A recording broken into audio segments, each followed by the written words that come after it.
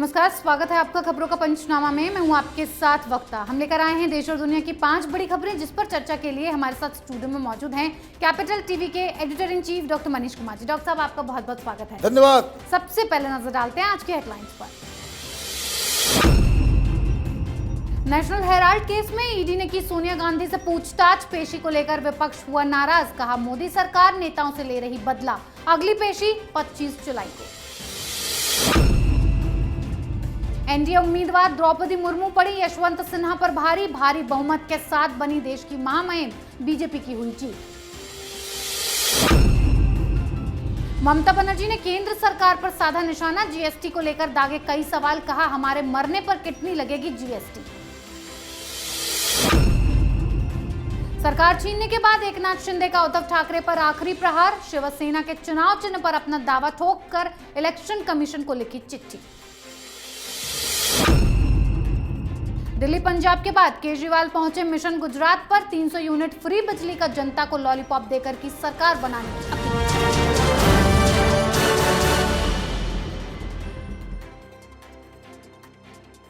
आज की सबसे पहली खबर की शुरुआत सोनिया गांधी से करते हैं। इस मामले में पहले राहुल गांधी से पूछताछ हुई और आज सोनिया गांधी को पूछताछ के लिए बुलाया गया, जिसे लेकर विपक्ष ने सदन से लेकर सड़क तक हंगामा काट दिया। ये बवाल इसलिए काटा जा रहा है क्योंकि सोनिया गांधी से ईडी सवाल कर रही है, कच्चे चिट्ठे खोल रही है। सोनिया गांधी से 2 घंटे की पूछताछ हुई। सोनिया ने पूछताछ से पहले कहा कि मैं इंदिरा जी की बहू हूं, मैं किसी से नहीं डरती। लेकिन विपक्ष को यह मोदी सरकार की बदले की कार्रवाई लगती है, नेताओं को परेशान करना लगता है। अगली पूछताछ 25 जुलाई को फिर से होगी। डॉक्टर साहब, राहुल गांधी के बाद सोनिया गांधी से सवाल पर विपक्ष का बवाल क्यों? सोनिया गांधी ने इस तरीके की बात क्यों की?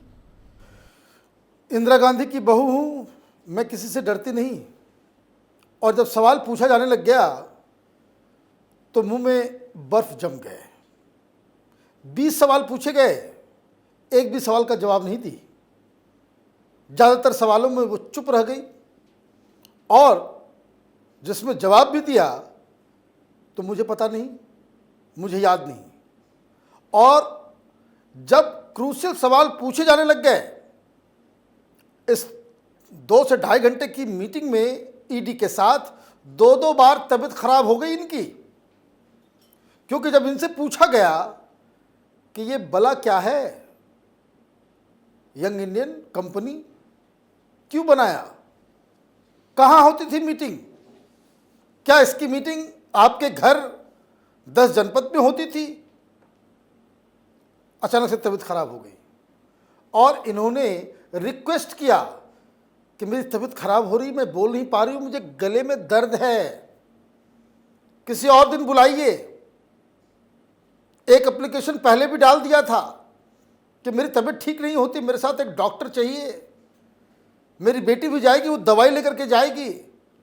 नेबुलाइजर वगैरह सब लेकर के पहुंच गई ईडी के दफ्तर पे। गजब ड्रामा है। जाने से पहले इंदिरा गांधी की बहू हूं और अंदर जाते ही भीगी बिल्ली, किसी सवाल का जवाब नहीं। खैर, ये एक ओपन एंड शट केस है कि जिस हिसाब से पब्लिक प्रॉपर्टी को अपने पॉकेट में हथियाने की कोशिश गांधी परिवार ने की है, इसका खुलासा आज न कल वो होना ही है। जी डॉक्टर साहब, सोनिया गांधी से सवाल जवाब करने पर पूरा विपक्ष सड़कों पर उतर आया है और मोदी सरकार को कोस रहा है। ईडी की पूछताछ से बौखलाहट है और द्रौपदी मुर्मू के राष्ट्रपति बनने पर भी बौखलाहट है, क्योंकि विपक्ष को दोहरी मार पड़ी है। रायसीना हिल्स की रेस में द्रौपदी मुर्मू ने विपक्ष के यशवंत सिन्हा को भारी बहुमत के साथ पीछे छोड़ दिया। राष्ट्रपति पद के लिए द्रौपदी मुर्मू को कुल 72% सांसदों के वोट मिले हैं, जिससे विपक्ष बौखला गया। बीजेपी की इस बंपर जीत के बाद द्रौपदी मुर्मू देश की महामहिम बन गई हैं, जिसके बाद बीजेपी में जश्न का माहौल है। डॉक्टर साहब, द्रौपदी मुर्मू की जीत से विपक्ष में ही बिखराव दिख रहा है। कितनी बड़ी जीत है बीजेपी के लिए? देखिए, ये यशवंत सिन्हा ये लड़े ही क्यों, मुझे आज तक समझ में नहीं आया। अच्छा खासा स्ट्रेचर था इनका, भारतीय जनता पार्टी के लीडर थे, भारतीय जनता पार्टी ने सब कुछ दिया इन्हें, इनके बेटे को भी मिनिस्टर बनाया। ये भी खुद अटल बिहारी वाजपेयी की गवर्नमेंट में वित्त मंत्री थे। कुछ छोटा मोटा दायित्व इनको नहीं दिया गया, लेकिन राजनीति का जो कीड़ा होता है वो ऐसा होता है कि हमेशा सत्ता चाहिए। ममता बनर्जी के साथ गए और सीधे राष्ट्रपति चुनाव में जो कूद गए, बयानबाजी उल्टी पुल्टी उन्होंने कर दी। आप एक गरिमामय तरीके से चुनाव लड़े होते तो कुछ सिंपैथी भी होती। डेमोक्रेसी को बचाना है तो संविधान खतरे में है, इस तरह की बातें और मुर्मू के ऊपर उल्टे पुल्टे बयान विपक्ष की तरफ से गया। नतीजा क्या हुआ? जो होना था। प्रधानमंत्री मोदी ने जिस व्यक्ति को भी, किसी को भी खड़ा कर दिया होता, वो आज चुनाव जिस तरह से द्रौपदी मुर्मू जीती है वो जीत गया होता। तो ये विपक्ष की हार नहीं कहिए, ये विपक्ष की मूर्खता है। दीवार पे आप सर मारोगे तो चोट किसे लगेगा, दीवार को या आपके सर को? यही हाल विपक्ष का है। जी डॉक्टर साहब, मुद्दा चाहे कुछ भी हो, विपक्ष को केंद्र सरकार यानी कि मोदी के फैसलों से बहुत दिक्कत परेशानी होती है। अब ममता बनर्जी को मोदी सरकार के जीएसटी के फैसले पर आपत्ति हो रही है, जिस पर सवाल दागते हुए ममता बनर्जी ये पूछ रही हैं कि हमारे मरने पर कितनी जीएसटी लगेगी। महंगाई की बात करते हुए ममता ईडी सीबीआई को भी बीच में ले आई कि बीजेपी के पास एजेंसियां हैं, हमारे पास कार्यकर्ता हैं, बीजेपी सबकी सरकार गिरा रही है, हमारी नहीं गिरा पाएगी। डॉक्टर साहब, ममता बनर्जी हो या कोई और विपक्षी पार्टी, हर किसी को मोदी से इतनी दिक्कत की वजह क्या है? देखिए, ममता बनर्जी बिल्कुल दूसरे प्लेन पे चल रही हैं। उनको दिमाग में घुस गया है कि 2024 में प्रधानमंत्री बन सकती हैं और हर दांव उनका फेल हो जा रहा है। अब बड़ी रैली है, वो एनुअल रैली होता है, उसको शहीदी दिवस मनाते हैं ये लोग। अब वहाँ जाकर के उन्होंने भाषण दे दिया सेंट्रल एजेंसियों के ऊपर। बगल में बैठे हुए उनके भतीजे अभिषेक के ऊपर भी कोयला घोटाले में नाम चल रहा है, पूछताछ हो रही है। तो आप अपने कुकर्मों को ढकने के लिए प्रधानमंत्री मोदी का बहाना क्यों बना रहे हो? भैया, आपसे सवाल जवाब किया जा रहा है, आपकी बहू से ये पूछा जा रहा है कि तुम्हारे बैंक अकाउंट में विदेश में, सिंगापुर में, लंदन में ये 50-50 लाख रुपए हर महीने जमा कहाँ से हो रहे हैं? पैसा देने वाला बता रहा है कि हम 150 करोड़ रुपए हर महीने बंगाल में पॉलिटिशियंस के बीच बांटते हैं। भाई, उसको कंटेस्ट कीजिए ना, जाइए कोर्ट के अंदर।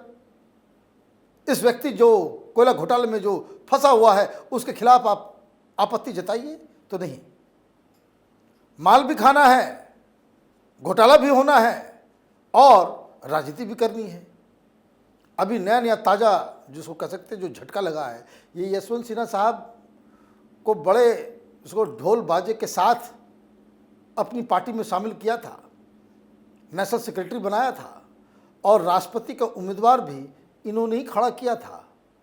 एक तरफ हार रही हैं और दूसरी तरफ जो सीबीआई और ईडी लगातार उनके परिवार के लोगों को पूछताछ के लिए बुला रही है, इसलिए मिर्ची लगी हुई है। पहले का ज़माना जो राजनीति हुआ करता था तो बड़े बड़े नेताओं के बीच ये अंडरस्टैंडिंग होती थी कि तुम मेरे काले पन्ने मत उधेड़ना और हम तुम्हारे पापों को दुनिया के सामने नहीं लाएंगे।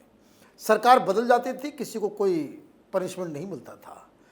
मोदी ने इसी इक्वेशन को बदल कर रख दिया है।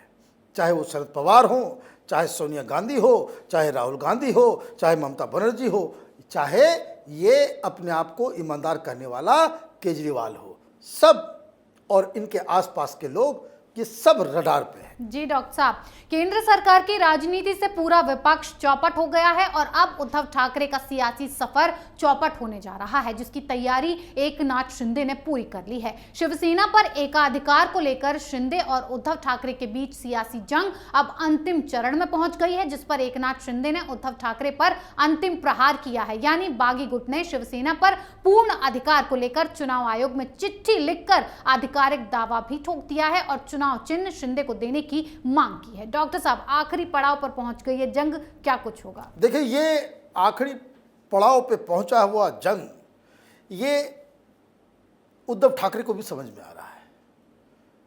उन्होंने भी एक मीटिंग बुलाई और वहां चिट्ठी लिखवाई जा रही है सबसे। ये चिट्ठी नहीं, ये शपथ पत्र है कि हम उद्धव ठाकरे के प्रति पूरी तरीके से समर्पित रहेंगे, टारगेट 50 लाख कार्यकर्ताओं का है। अब पता नहीं कहाँ से लाएंगे।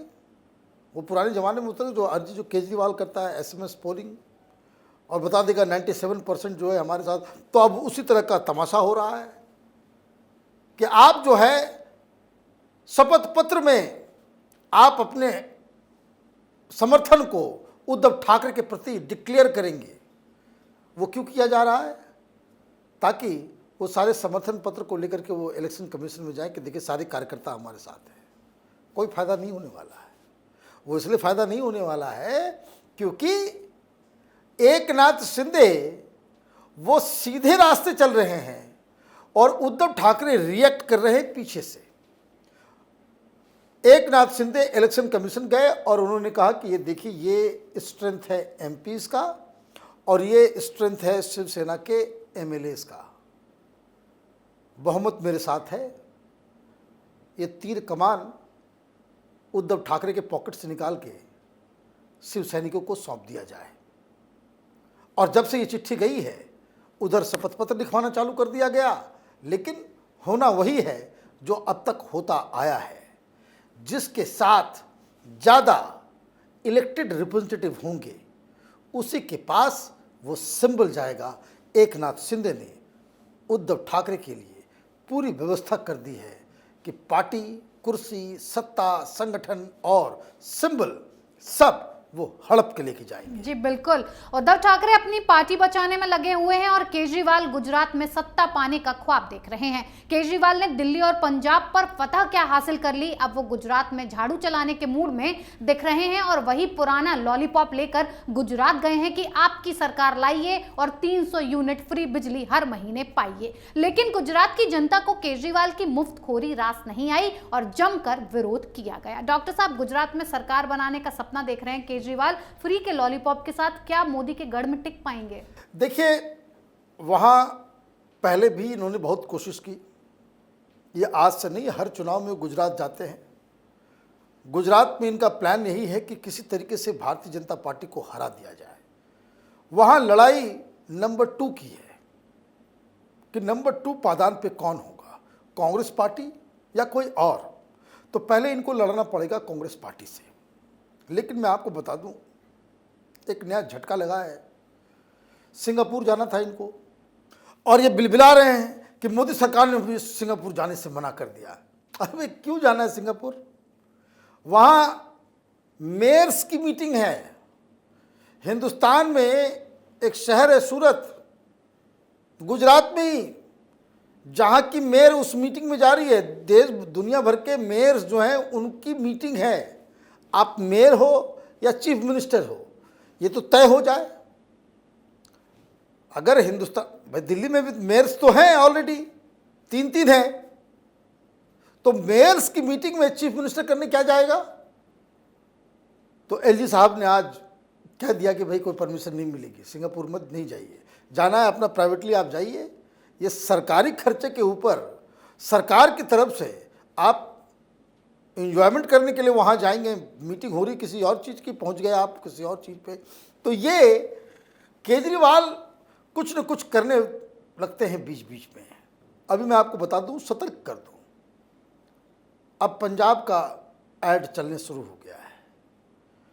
पंजाब में हिंदी कम और पंजाबी भाषा ज़्यादा बोली जाती है। नेशनल टीवी चैनल्स पे हिंदी में भगवंत मान के एड्स आ रहे हैं।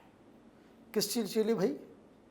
ये 2 चीज़ें के लिए। एक तो आम आदमी का प्रचार हो देश भर में, नेशनल चैनल पे चलेगा तो पूरे देश भर में जाएगा। तो एक आम आदमी पार्टी का प्रचार हो, किसके पैसे पे? तो पंजाब की जनता के पैसे से। और दूसरा, आप इस जरिए मीडिया वालों के पॉकेट में अच्छा खासा रकम पहुंचा दो कि ताकि आपकी कमियों, आपकी चीज़ों के ऊपर वो कोई सवाल ना उठाए।